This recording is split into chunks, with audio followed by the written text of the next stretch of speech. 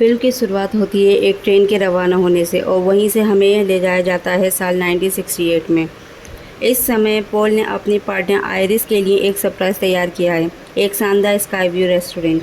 जब आइरिस उस रेस्टोरेंट को देखती है तो वो बहुत खुश और एक्साइटेड हो जाती है। रेस्टोरेंट के प्रमोशन के लिए एक फ़ोटो ली जाती है जिसमें पॉल, आइरिस और पीछे छिपा हुआ एक छोटा सा बच्चा भी दिखता है।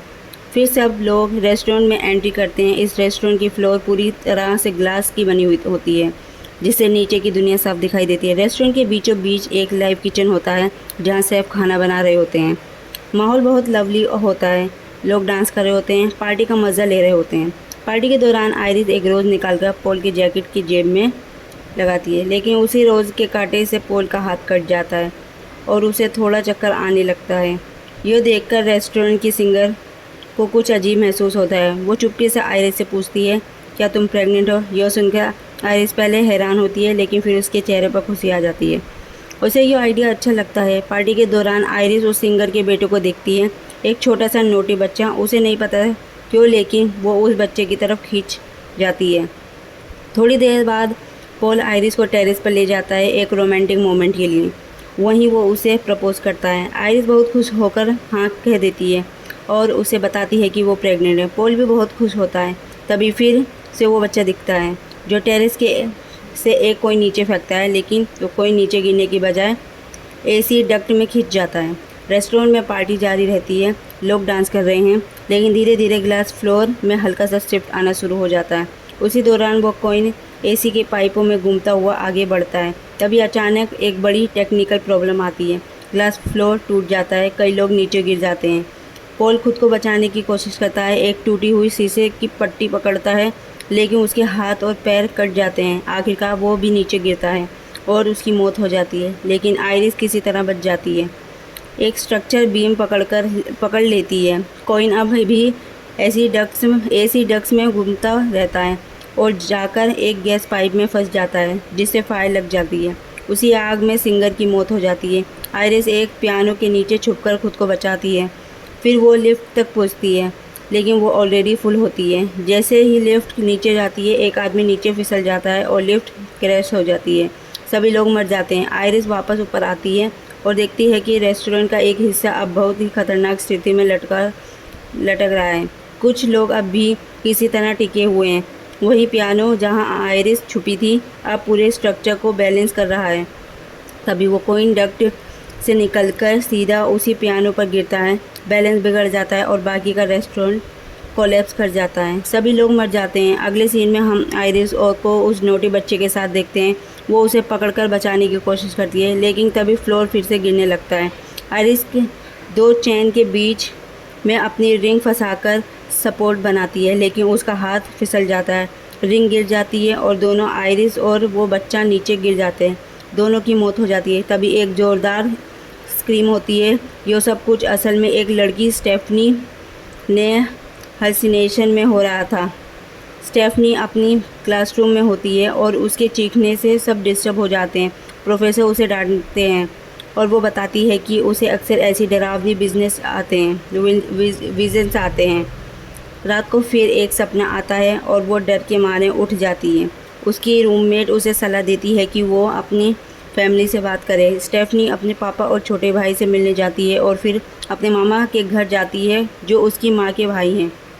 वहाँ सब उसे बहुत प्यार से वेलकम करते हैं। स्टेफनी अपने कजिन्स के साथ अच्छा टाइम बिताती है और मामा से पूछती है, आइरिस के बारे में बताइए। हाँ, वही आइरिस जो उसके सपनों के में बार बार दिखती थी।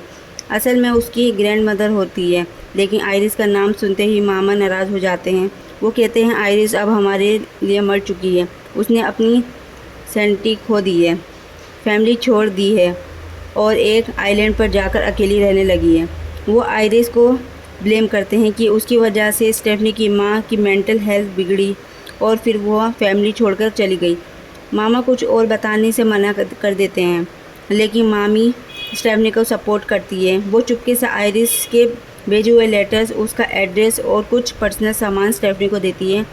उनमें एक फ़ोटो भी होता है, पॉल और आइरिस की स्काई व्यू रेस्टोरेंट के सामने ली गई वाली फ़ोटो, वही जगह जो स्टेफनी के हेलुसिनेशंस में बार बार आई थी। अब स्टेफनी सच जानने के लिए उस आइलैंड पर जाती है। वहाँ एक टूटा फूटा सा घर होता है जिसके पास बहुत सन्नाटा है। स्टेफनी अपना नाम बताती है और आयरिस बहुत इमोशनल होकर उसे अंदर बुला लेती है। आयरिस पूछती है उसकी माँ के बारे में और स्टेफनी सब सच बताती है कि उसकी माँ उसे बचपन में छोड़ गई थी। फिर स्टेफनी कहती है, मैं रोज़ एक ही सपना देखती हूँ, स्काई व्यू रेस्टोरेंट का कोलैप्स, आपकी और पॉल की मौत। आयरिस धीरे से जवाब देती है, मैंने भी ये सपने देखे थे। आयरिस बताती है कि उन्हीं सपनों की वजह से वो फ्यूचर में होने वाली ट्रेजेडी को प्रिवेंट कर पाई। उसने बच्चे के हाथ से कॉइन ले लिया था और माइक पर लोगों को वार्निंग दी थी। स्टेफनी शॉक्ड होती है। आपने सबको बचा लिया? आयरिस हाँ में सिर हिलाती है, लेकिन कहती है मौत इतनी आसानी से हार नहीं मानती। वो बताती है कि जो लोग उस दिन बच गए थे बाद में किसी न किसी तरह से मर गए और अब मौत सर्वाइवर्स के बच्चों के पीछे भी लग गई है।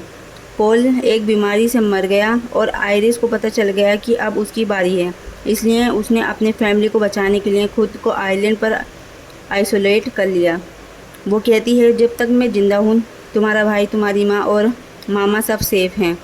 स्टेफनी पूछती है तो फिर मुझे यो विजन्स क्यों आते हैं? आयरिस कहती है क्योंकि अब मौत हमें फिर ढूंढ रही है।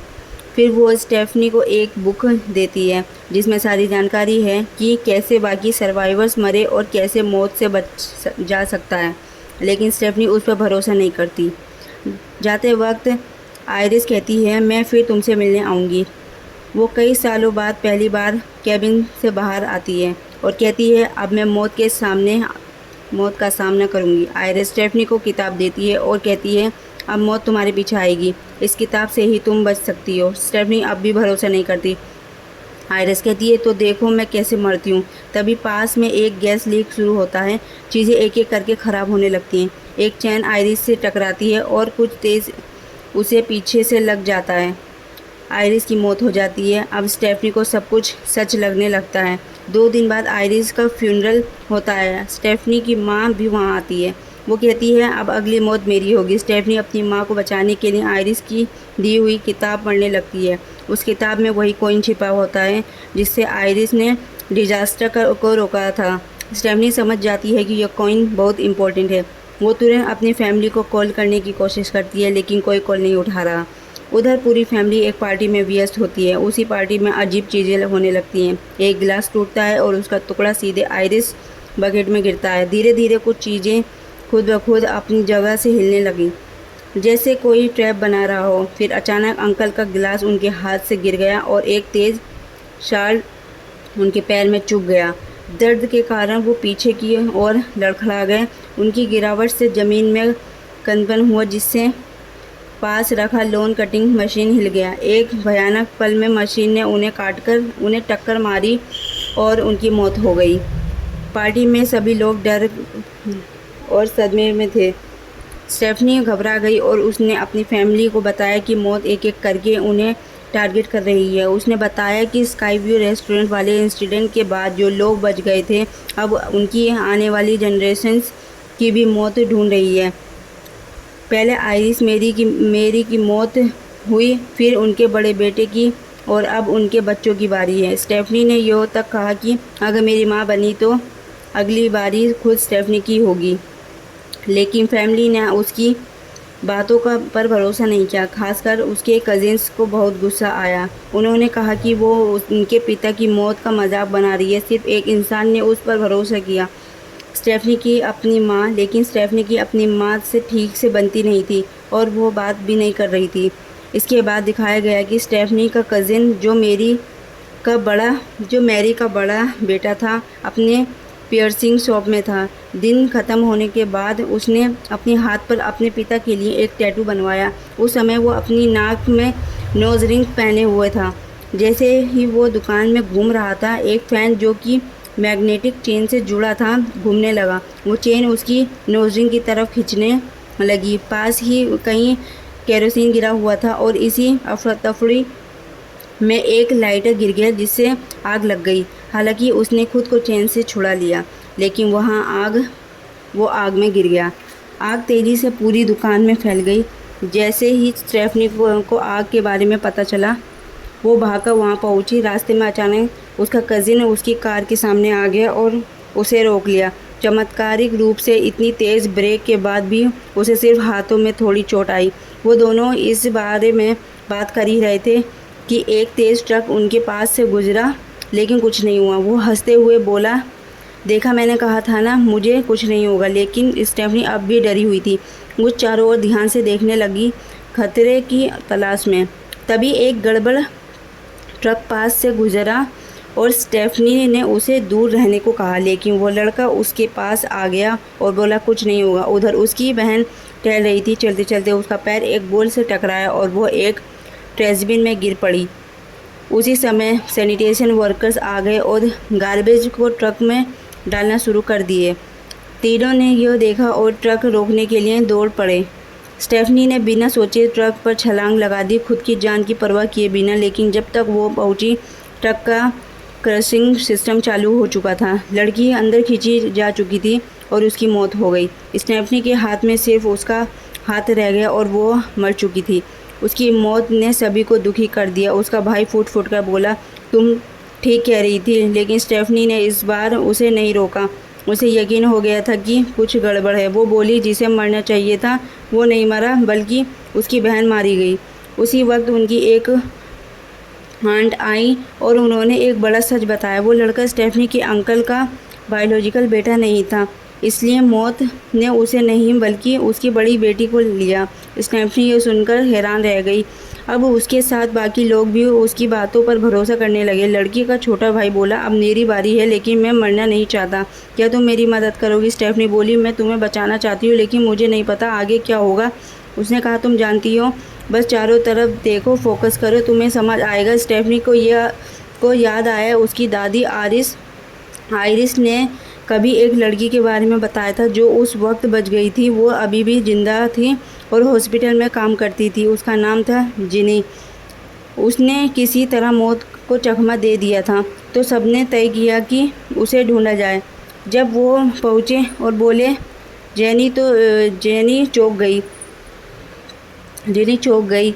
यह नाम सिर्फ आयरिस ही उसे बुलाती थी। उन्होंने पूछा, तुम आयरिस को कैसे जानती हो? जिनी ने जवाब दिया, मैं टावर गिरने वाले दिन वहाँ थी। मैं उस सिंगर का बेटा थी। यह सुनकर स्टेफनी को सब याद आ गया और उसने जिनी को पहचान लिया। जिनी ने बताया कि आयरिस सालों पहले उसके पास आई थी अपने पति पॉल को बचाने के लिए, लेकिन लाख कोशिशों के बावजूद वो नहीं बच पाए। स्टेफनी ने पूछा, क्या कोई ऐसा है जो बचा हो? जिनी ने कहा, 2 लोग, लेकिन जिस तरह से तुम सोच रही हो उस तरह नहीं। मौत ने पहले उन्हें ले लिया था, लेकिन डॉक्टर्स ने उन्हें वापस जिंदा कर दिया। उसके बाद मौत दोबारा उन्हें लेने नहीं आई। स्टेफनी ने मदद की भीख मांगी, लेकिन जिनी ने कहा, मैंने एक बार मौत को धोखा दिया था, लेकिन अब मुझे कैंसर है और एक दिन हम सभी को मरना है। यही है हमारा फाइनल डेस्टिनेशन। उससे पहले हमें जो समय मिला है उसे अच्छे से बिताना चाहिए। सभी लोग उदास हो गए। तभी स्टेफनी के कज़िन को एक रिस्की आइडिया आया। उसने सोचा कि अपने छोटे भाई को पीनट्स खिलाकर उसकी एलर्जी ट्रिगर की जाए और फिर उसे दवाई देकर रिवाइव किया जाए। इस तरह वो मौत को ट्रिक कर सकता है। लेकिन सब कुछ प्लान के हिसाब से नहीं हुआ। वेंडिंग मशीन ने काम करना बंद कर दिया। हड़बड़ाहट में उसने ज़बरदस्ती उसे खोलने की कोशिश की। एक स्क्रू ढीला होकर गिर गया। फिर वो लोग एक और कमरे में गए। उसने अपने छोटे भाई से कहा कि यहीं रुको, मैं एंटी एलर्जी इंजेक्शन लेकर आता हूँ। जाते हुए उसने दीवार पर हाथ मारा और गलती से कुछ बटन दब गए, जिससे पास की MRI मशीन चालू हो गई। कुछ देर बाद वो इंजेक्शन और व्हीलचेयर लेकर वापस आया। उसने अपने भाई से कहा, अब पीनट चॉकलेट खा लो। लेकिन उसी वक्त MRI मशीन का जोरदार मैग्नेटिक फील्ड एक्टिव हो गया। स्टेफनी का बड़ा कज़िन, जिसके पूरे शरीर में पियर्सिंग थी, वो मशीन की तरफ खींचने लगा। साथ ही व्हीलचेयर भी खिंच गई। डरावने पल में दोनों मशीन में फंस गए। छोटा भाई, जिसने चॉकलेट खाई थी, बुरी हालत में पहुंच गया, लेकिन उसने खुद को इंजेक्ट किया और उसकी हालत थोड़ी बेहतर हो गई। लेकिन तभी पहले से ढीली हुई स्प्रिंग जो वेंडिंग मशीन से निकलती थी, आकर उसके सीने में लग गई और उसकी मौत हो गई। इतनी तैयारी के बाद भी डेथ ने उसे पकड़ लिया। सबका दिल टूट गया। स्टेफनी ने अपनी माँ से कहा, अब तुम्हारी बारी है। उसने कहा, आइरिस का घर जहाँ ग्रैंडमा रहती थी, शायद तुम्हें वहीं जाना चाहिए। वो बहुत सालों तक वहाँ सुरक्षित रही। माँ ने हाँ कहा। स्टेफनी ने एक किताब उठाई और उससे एक कॉइन गिर गया। एक बुरी औरत ने वो कॉइन उठाया और अपने पर्स में रख लिया। स्टेफनी जल्दी से अपनी ग्रैंडमा के घर पहुंची और माँ से कहा कि वो और उसका भाई अंदर चले जाएं। माँ और भाई घर के अंदर चले गए, पर उन्हें यह नहीं पता था कि घर के अंदर गैस लीक हो चुका था। एक इलेक्ट्रिकल वायर से निकली स्पार्क ने आग पकड़ ली। एक ज़ोरदार एक्सप्लोजन हुआ। स्टेफनी की कार जो बाहर खड़ी थी पानी में जा गिरी। स्टेफनी तैरकर बचने की कोशिश करने लगी। घर के अंदर माँ आग में फंस गई। बाहर खड़ा उसका भाई देख रहा था कि एक फॉलिंग टावर स्टेफनी पर गिरने वाला है। उससे पहले माँ बाहर आई और बेटे को धक्का देकर बचाया। टावर गिरा और माँ की मौत हो गई। अब लड़के को समझ आया, अब बारी स्टेफनी की थी। वो पानी में कूद गया और स्टेफनी को बाहर निकाला। वो सांस नहीं ले रही थी। उसने उसे CPR दिया और चमत्कारी रूप से स्टेफनी फिर से जिंदा हो गई। दोनों बहुत खुश थे। स्टेफनी ने डेथ को हरा दिया था, लेकिन माँ और दोस्तों का दुख उनके दिल में था। सीन बदलता है। काफ़ी समय बीत चुका था। ज़िंदगी फिर से नॉर्मल हो गई है। आज स्टेफनी के भाई चार्ली का ग्रेजुएशन पार्टी है। स्टेफनी खुश है। वो अपनी पॉकेट में एक रोज़ रखती है। रोज़ का कांटा उसके हाथ में चुभता है और थोड़ा ब्लड आता है, ठीक वैसे ही जैसे आइरिस ने अपनी विज़न में देखा था। स्टेफनी को एहसास होता है गेम अभी ख़त्म नहीं हुआ। डेथ लौट रही है। दूसरी तरफ वही कॉइन जो आइरिस के पास था अब उस बूढ़ी औरत के पास है। जब उसने अपनी पर्स खोली, वो कॉइन गिरकर ट्रेन ट्रैक्स पर जा गिरा। वो ट्रैक स्विच में फंस गया। स्टेफनी के घर पर उसके भाई का एक दोस्त जो डॉक्टर था मिलने आया। उसने कहा, तुम्हारे भाई ने तुम्हारे बारे में बताया था। तुम बहुत लकी हो कि तुम बच गई। स्टेफनी मुस्कुराई, हाँ मैं लकी थी, लेकिन डॉक्टर ने कहा असल में तुम जिंदा नहीं थी। अगर कोई इंसान 5 मिनट तक सांस न ले तो वो क्लिनिकली डेड होता है। तुम उससे भी आगे जा चुकी थी। जो तुमने महसूस किया वो अनकॉन्शियसनेस नहीं थी, वो डेथ थी। स्टेफनी और उसके भाई ने एक दूसरे को डर के साथ देखा। स्टेफनी ने एक आसपास देखा, कुछ गड़बड़ लग रहा था। अचानक ट्रेन की आवाज़ आई। ट्रेन नहीं रुक सकी। वो दोनों भागे, लेकिन बहुत देर हो चुकी थी। ट्रेन कलीजन से निकला मलबा हवा में उड़कर उन दोनों को लग गया और दोनों की मौत हो गई। मूवी ख़त्म होती है इस रिमाइंडर के साथ, हम मौत को धोखा नहीं दे सकते। वो हमेशा अपना रास्ता ढूंढ ही लेती है और एक दिन वो हम सब की अंतिम मंजिल होगी।